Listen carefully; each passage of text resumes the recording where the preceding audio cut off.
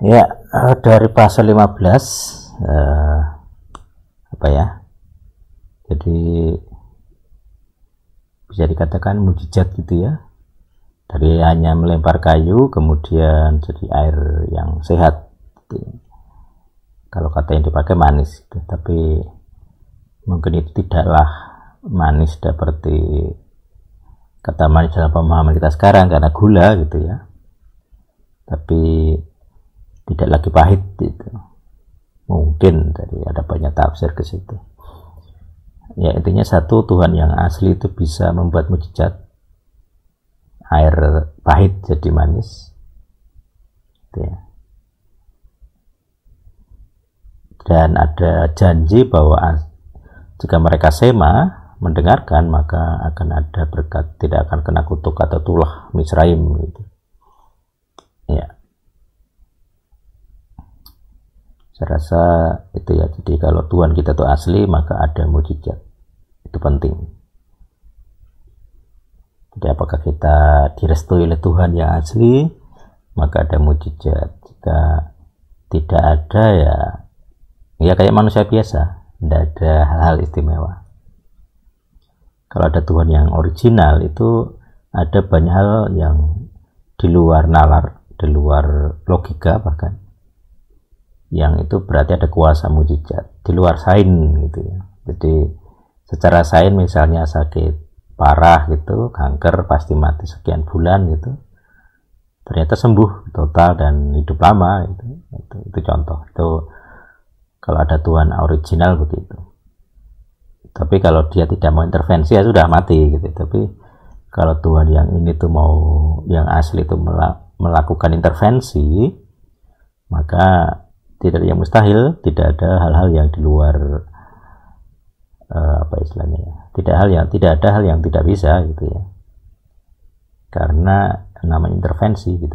Semua hukum lain bisa berubah gitu ya, hukum alam bisa diubah, bahkan dalam tahap tertentu hati orang bisa berubah gitu ya. Mungkin kalau kehendak kan bebas ya, tapi kadang hati orang bisa berubah dari yang benci jadi cinta, dari yang melawan jadi bersahabat gitu.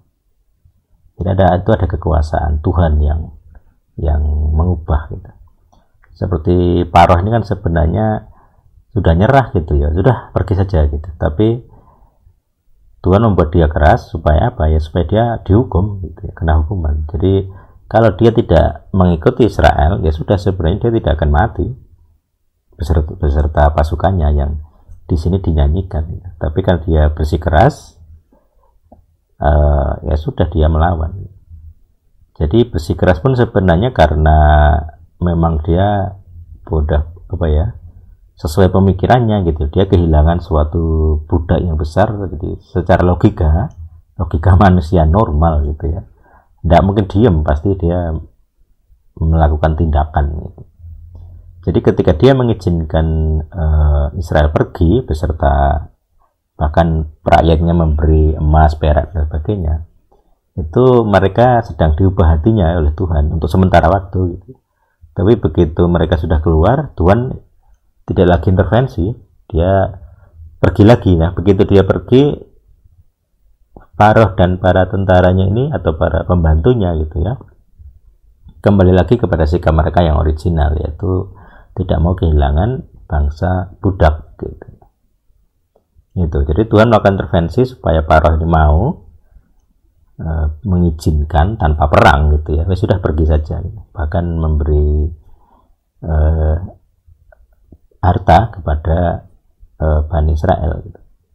Tapi begitu tujuannya selesai, Tuhan melakukan intervensinya sudah sesuai tujuan, sudah selesai gitu ya, maka intervensinya berhenti dan mereka kembali ke sifat aslinya gitu. Dan sifat aslinya akhirnya mendatangkan hukuman yang final gitu.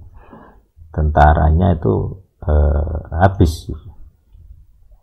Ya itu bisa dikatakan di sini suatu pengalaman spiritual, pengalaman rohani dengan sosok Tuhan yang jelas. Jadi Tuhan yang asli itu jelas sosoknya, ngomong jelas, kehendaknya jelas gitu ya. Dan orang Israel tidak bingung dengan kehendak Tuhan gitu. Kalau orang merasa bingung dengan kehendak Tuhan, ya artinya pengalaman spiritualnya, pengalaman kepribadiannya, pribadinya dengan Tuhan itu kurang, entah kurang bagus, kurang tajam, atau ada selubung di hidupnya yang membuat dia tidak bisa melihat Tuhan, tidak bisa mendengar, tidak bisa komunikasi dan sebagainya. Jadi penghalang ini yang mayoritas menghalang kita untuk kenal Tuhan yang original, yang asli itu seperti itu. Jadi ada penghalang. Nah, gitu. Ya semoga ya kita ketemu jalan. Kalau di Alkitab ada jalannya. Tuhan yang hidup bersama kita semua. Amin.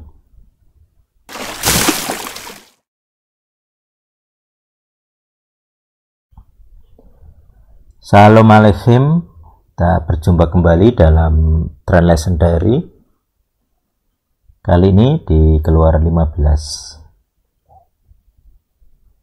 Kemudian Moses dan Bani Israel menyanyikan lagu ini bagi Adonai, dan mereka berucap dengan mengatakan, "Aku akan bernyanyi bagi Adonai, sebab Dia agung mulia. Dia telah melemparkan kuda dan penunggangnya ke dalam laut. Adonai itulah kekuatan dan kidungku, dan Dialah keselamatanku. Dialah Tuhanku, dan aku akan memuliakan Dia. Tuhan leluhurku, dan aku akan meninggikan Dia." Nah, ini kata meninggikan ini muncul di ini ya, dalam perintah ketiga. Jadi meninggikan Dia ini salah satunya dengan menyanyi dan dengan mulut ya. Maka di banyak terjemahan digunakan kata menyebut. Cuman dalam terjemahan jadi ada hal yang hilang kalau diganti kata menyebut, karena meninggikan Dia itu tidak hanya sekedar menyebut gitu. Ayat 3, Adonai adalah pahlawan perang, Adonai namanya. Dia telah membuang kereta perang Paroh dan pasukannya ke dalam laut, dan perwira-perwira pilihannya telah ditenggelamkan ke dalam laut gelagah. Kedalaman menutupi mereka. Mereka meluncur ke bawah ke kedalaman air layaknya batu. Ini sebenarnya kayak puisi ya, ini lagu, lirik lagu. Tangan kananmu ya Adonai yang diagungkan dalam kekuatan, tangan kananmu ya Adonai melumatkan musuh. Nah, ini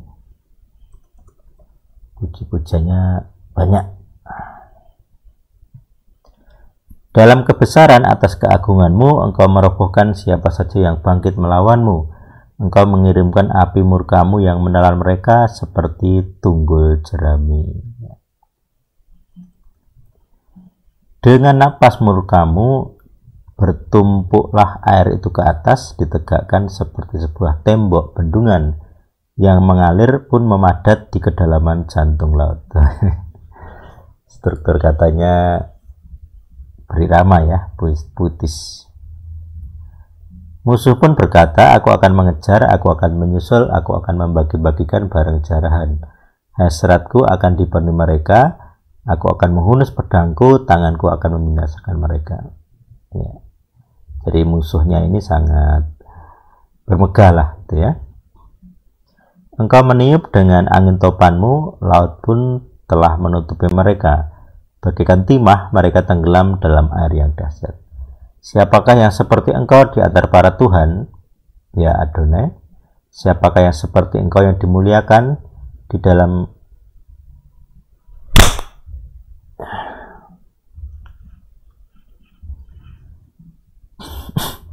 Siapakah yang seperti engkau yang dimuliakan di dalam kekudusan, yang ditakuti di dalam pujian, yang mengerjakan keajaiban? Engkau mengulurkan tangan kananmu, bumi pun menelan mereka. Engkau telah memimpin dalam kebaikanmu, umat ini engkau telah menebusnya.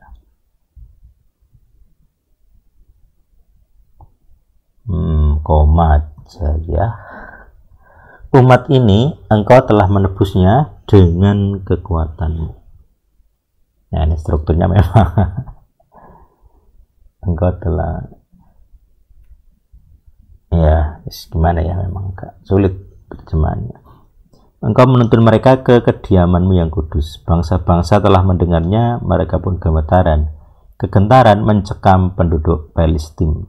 Ayat 15. Maka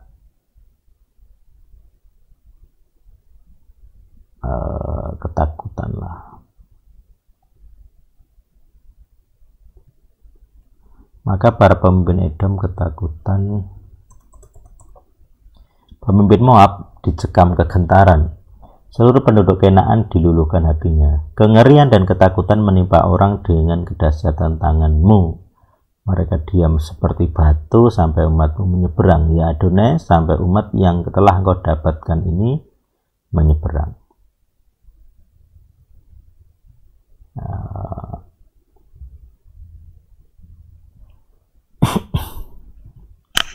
Engkau membawa mereka dan menanamkan mereka di gunung milik pusakamu,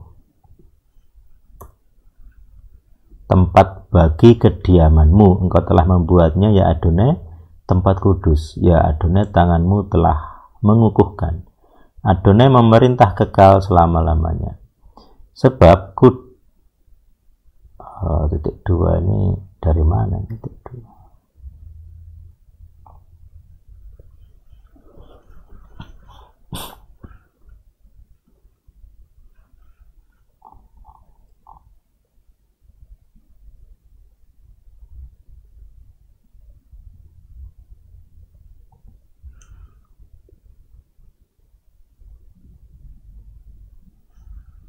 Harusnya di ini ya, tutup petiknya di 19 harusnya.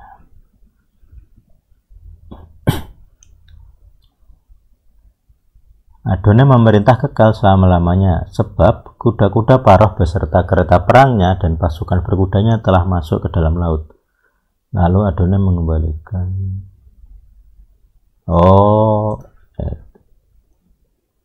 Bener ding ini. Ya. Keterangan ternyata 19. Sorry. Oke, terus 20. Saudara perempuan Aharon, Miriam, seorang nabiah, jadi ini kakaknya Mose ya, atau Musa, memegang tamborin di tangannya, lalu semua wanita keluar mengikutinya dengan tamborin dan tarian.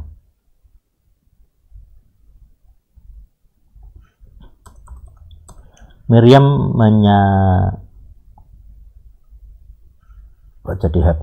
menyahut mereka. Bernyanyilah bagi Adonai, sebab dia telah menang dengan gemilang. Kuda dan penunggangnya telah dia lemparkan ke dalam laut. Oke. Mose membawa orang Israel keluar dari laut Suf. Lalu mereka memasuki padang gurun Sur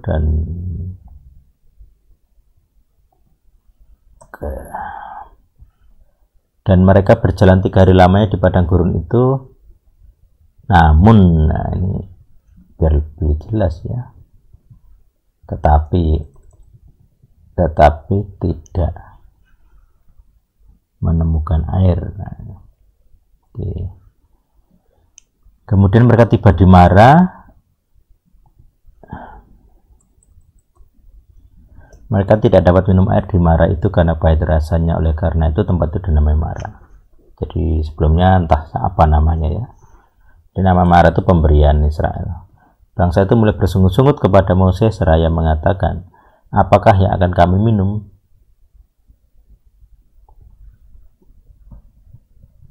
Maka Mose berseru kepada Adonai, dan Adonai menunjukkan kepadanya sepotong kayu. Lalu Mose melemparkan kayu itu ke dalam air, lalu air itu menjadi manis. Di sanalah Adonai menetapkan bagi mereka ketetapan dan peraturan, dan di sanalah Adonai menguji mereka. Oke, di Mara itu ya, Lalu dia bersabda, jika engkau mendengarkan dengan sungguh-sungguh suara Adonai Tuhanmu, dan engkau melakukan apa yang benar di matanya, engkau memerhatikan perintahnya dan menjaga ketetapannya, aku tidak akan menimpakan ke atasmu semua tulah yang telah aku timpakan kepada orang Misraim, karena akulah Tuhan.